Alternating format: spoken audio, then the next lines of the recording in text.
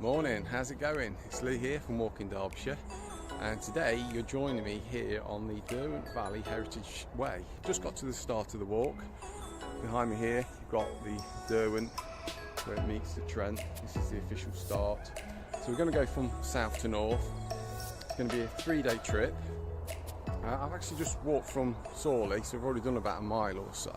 We're going to go from here, walk through to Shardlow, which is just a bit further along. And from Shardlow we're going to go to Ambaston, skirt round Elviston Castle and the Elviston estate, walk through the Derby city centre, and then go through to Darley Park, Darley Abbey, through to Little Eaton, and then the final slog to Belper, and that's where we're stopping tonight in the white, I think it's just the Line Hotel.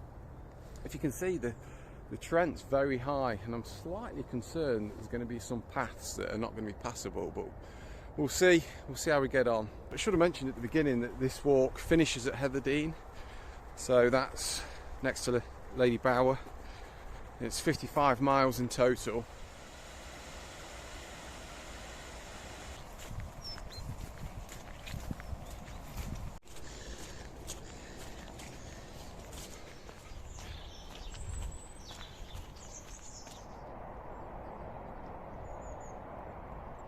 So just leaving Shardlow behind and en route to Ambaston, doing a bit of road walking at the minute, but I tell you what a glorious day. The winter sun's just popping up over the horizon behind me. It's still so mild. I had to strip off the old coat. You can see the Ratcliffe-on-Soar power station over there. Yeah, you don't mind doing a bit of road walking when it's like this.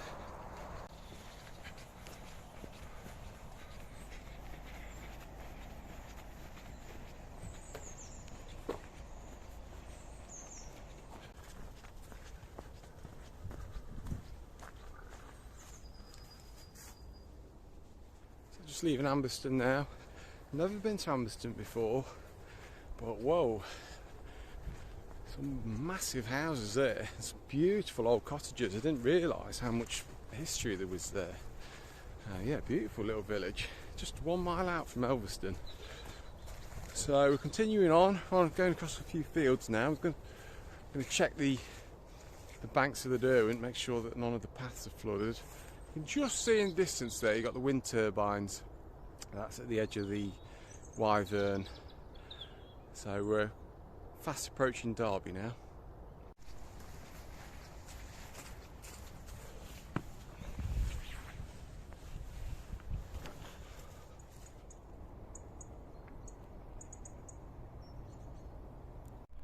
So the sheep in the distance there just legged it towards the fence.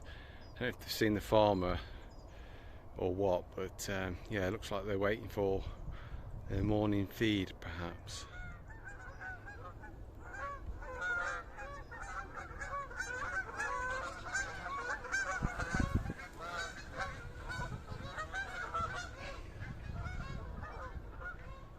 Here we go. 4 3/4 miles of Derby, 6 miles to Long Eaton. So just over this bit here in front of me is Elviston Castle. It's not a castle as such, it's just more of a stately home. But if you've not had the chance to go there, I highly recommend it. It's probably one of my favourite places outside the Peak District. It's not massive, but there's plenty to explore. You could probably easily spend a good day there. Lots of unusual trees. I think a lot of them were imported from the east in the 18th century. There's a couple of very impressive, I don't know if they're redwoods or cedar trees, but yeah, well worth having a look at that. But just over the Derwent here, you've got Rolls-Royce headquarters, a major employer in Derby and beyond. In front of me we've got Pride Park, the Derby County Football Stadium, and then just over the brow of that hill you've got Derby Arena, the Derby Velodrome. So yeah, I don't follow football as much as I used to. I'm not sure who the manager is of Derby County at the minute. Is it Wayne Rooney? There's a Derwent to the right. Been hugging it a long way now along the banks. We're soon heading in to the edge of Derby city centre.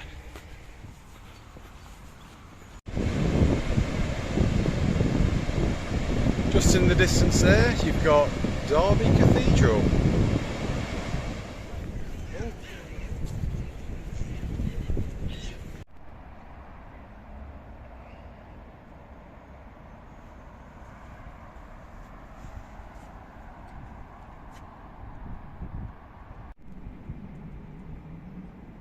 Just past the Derby Silk Mill.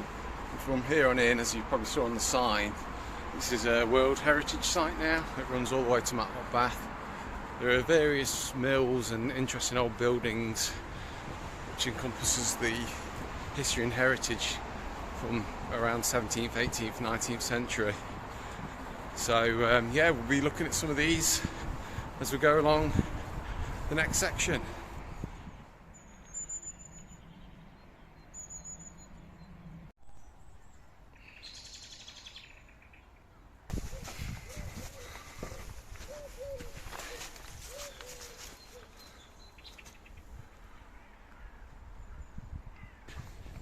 Nice to have a bit of peace and tranquility just outside the city centre.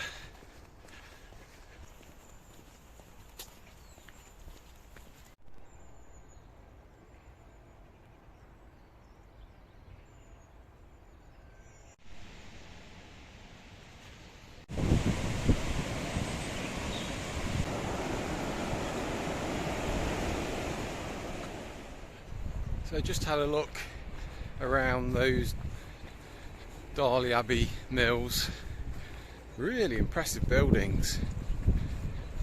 Loads to see. Got restaurants and all sorts around there.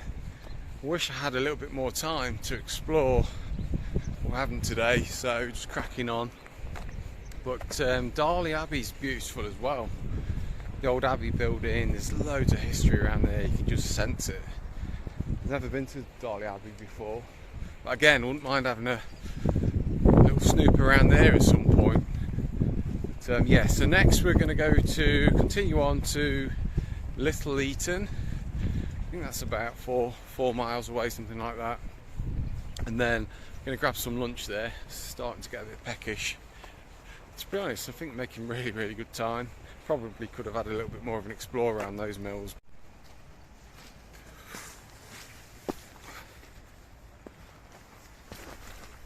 So we've got the Derwent to the left of us for now. Most of the way we've had it to the right. So yeah, we've crossed the bridge at Darley Abbey. So it's a bit nondescript round here. It's okay, but I don't think I want to be coming down here at night. It's the sort of place you see cars parked up and the interior lights flicking on and off.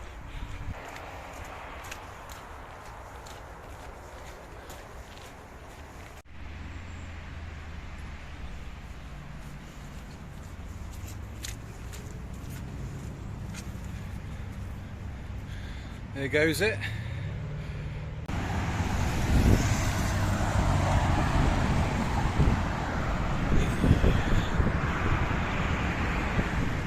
So just a quick update on my feet. Fortunately I haven't got any bloody blisters like I did when I did that limestone way. Never had blisters, always done long walking. But that day, first day, day one, en route to Yulgrave, got the worst blisters on both feet. I've actually ditched those boots because I don't think they're any good, so I've gone with some Old Faithfuls. I did buy some Jack Wolfskins to break them in on this walk, but I wasn't going to risk it because I've worn them a couple of times and they're actually hurting my heels, and last thing I want is blisters again. But I've come prepared. I've got blister plasters in my bag just in case.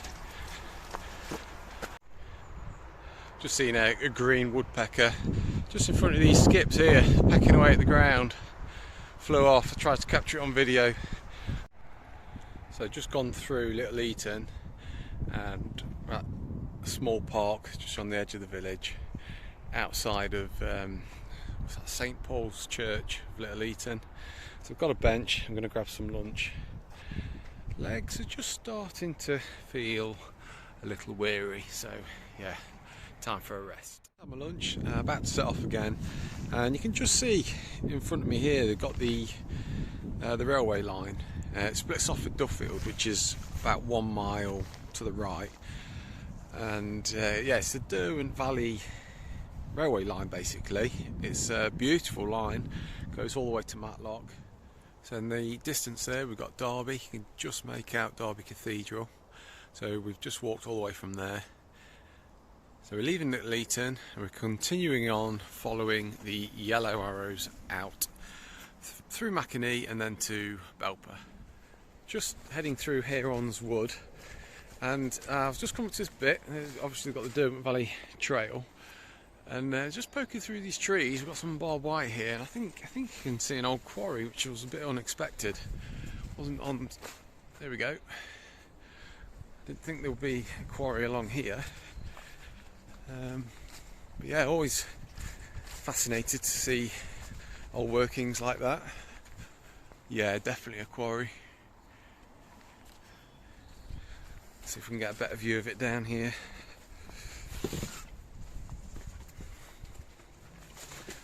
Bridge. Whoa, it's quite high here. I didn't expect this. So there we go, the old quarry's in there. Nice little highlight of this route. Hello, squirrel.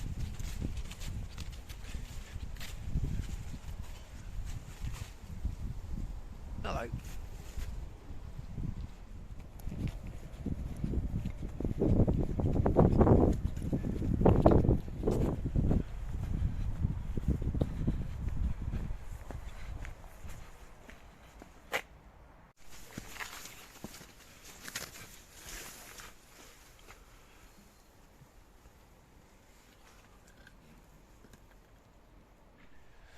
What a beast this chimney is behind me. Absolutely fascinating. Must be one of the old mills, part of the Heritage Way, but not sure what the name of this one is. Some gorgeous houses on the hillside here. They call this Blue Mountains. Oh, it's such a nice day. Tell you what, you can't beat getting outside, can you?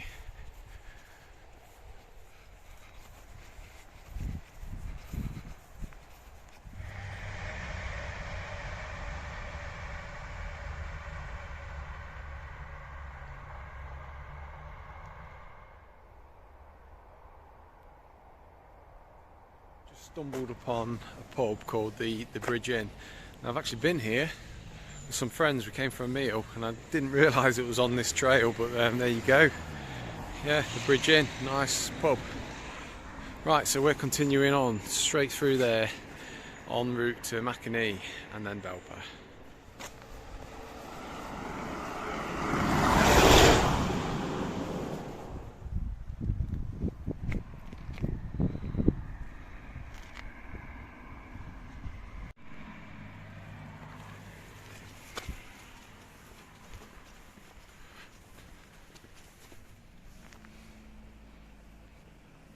Hollybush Inn.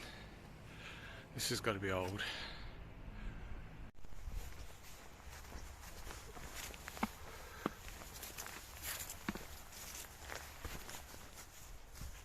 Couple of nice horses there. So this is actually the first bit of the walk where we're doing a little bit of climbing. A couple of hills to go up and down. Makes a nice change. And it's starting to hit a bit of mud now as well. We're pretty good all the way, keeping the boots clean. Just after each stile there's a bit of water, a bit of mud. Hopefully it won't be too bad before we get to Belper. So done Makeney now. I think there's only about a mile till we get to Belper. So yeah, making really good time. Just looking on the hill over there, probably can't see it from here, just behind these trees there's a tower. Interesting to know what that is. Not seen that before.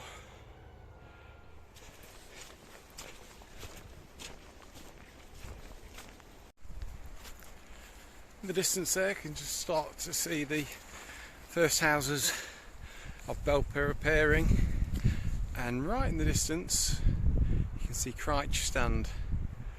It's about 5-6 miles away.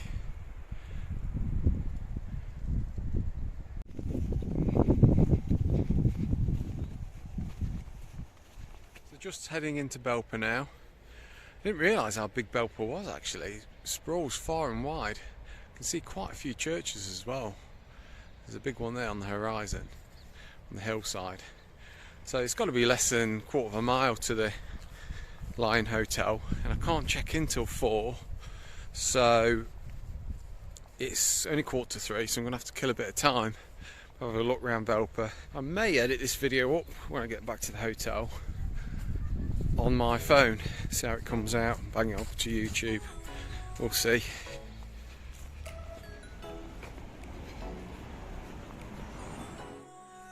All checked in at the Lion Hotel. I've just had a shower and feeling all refreshed. Feeling good actually. I think I did about 21-22 miles today. A little bit more than the official route because I started from the other side of Sawley. Really enjoyed today. I'd give it a solid 7 out of 10. I'm going to be completely honest, I probably wouldn't do it again. I do recommend doing it at least once. There was a couple of uninspiring bits around Derby and just after Derby. But other than that, it's a decent route, and there is a lot of history and heritage along there. So yeah, really enjoyed it. So hopefully you'll join me again tomorrow for day 2.